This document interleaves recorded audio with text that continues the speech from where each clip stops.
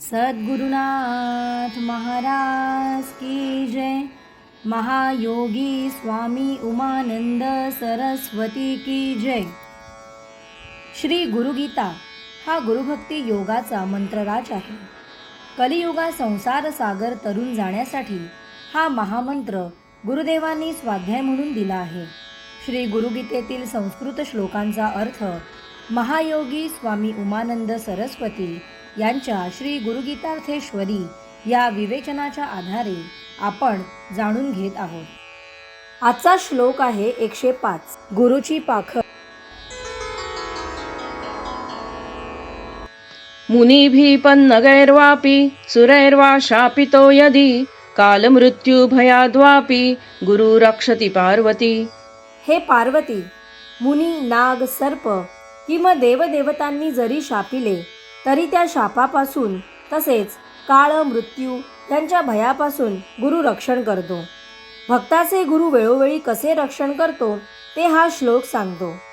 आपले अर्धे जीवन आपण भयभीतीत घालवितो। देवाची पूजा, व्रतवैकल्ये ही देखील देवाच्या प्रीतीने न करता संकटाच्या भीतीने भयभीत होऊनच केली जातात। जात्यातील खुंटापाशी असणारे दाणे चिरडले जात नाहीत, तद्वत गुरुच्या आश्रयाला असलेल्या म्हणजे गुरु शरणागती पत्करलेल्याला, गुरुभक्ती योग साध्य झालेल्याला बाह्य परिस्थिती चिरडू शकत नाही नि गुरु सर्वतोपरी आपल्या भक्ताचे रक्षण करतो। महासिद्ध पुरुष महासमाधी घेतल्यानंतर देखील भगवान श्री नित्यानंदांसारखे भक्तांच्या हाकेसरशी धावून येतात। नुसते साई म्हटले तरी श्री साईबाबा धावून संकटे टळल्याचे अनुभव सांगणारे आजही भेटतील।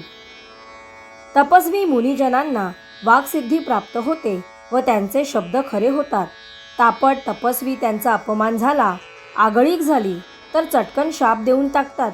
तसेच सर्पभय, देवदेवतांचा कोप यांची माणसाला भीती वाटते, त्यांच्यापासून रक्षणाची जरुरी वाटते। पण गुरुभक्ताला ही भीती नको। गुरुकृपेचे कवच गुरुभक्ताला घातलेले असते व म्हणून त्याचे सर्व शाप, ताप, पाप यापासून रक्षण होते। इतकेच नव्हे तर काळ व मृत्यू यांचा नियंता यम याची जीवाला जितकी भीती देहासक्तीने वाटत असते तितकी भीती दुसऱ्या कशाची वाटत नसेल। पण मरणाच्या भयापासून देखील गुरु सोडवितो। मी देह ही भावना घालवून मीचे खरे स्वरूप दाखवितो। गुरुच्या प्रभावापुढे यमाचे काही चालत नाही। काळ आल्या पावली परततो। गुरुभक्ती योग हा अभययोग होय। आई जशी बाळाला जपते, घार वर उडाली तरी जशी खाली असलेल्या पिलांवर नजर ठेवते, कासवीण जशी केवळ प्रेमळ दृष्टीने पिलांचे भरण, पोषण, पालन, रक्षण करते, तद्वत गुरु केवळ संकल्पाने बसल्या जागी भक्ताच्या आठवणीने देखील त्याच्यावरचे संकट दूर करू शकतो। गुरुभक्ताचा कधीही नाश होत नाही हे पक्के लक्षात ठेवावे। पार्वतीला संबोधून मुद्दाम तिचे लक्ष वेधून ही अति जिव्हाळ्याची, दिलासा देणारी, सर्व हमी घेणारी सत्य गोष्ट श्री शंकर सर्वांसाठीच सांगत आहे। गुरुकृपा पात्र साधकाने निशंक, निश्चिंत होऊन जीवन सार्थकी घालविण्यासाठी निर्विघ्नपणे साधना करावी।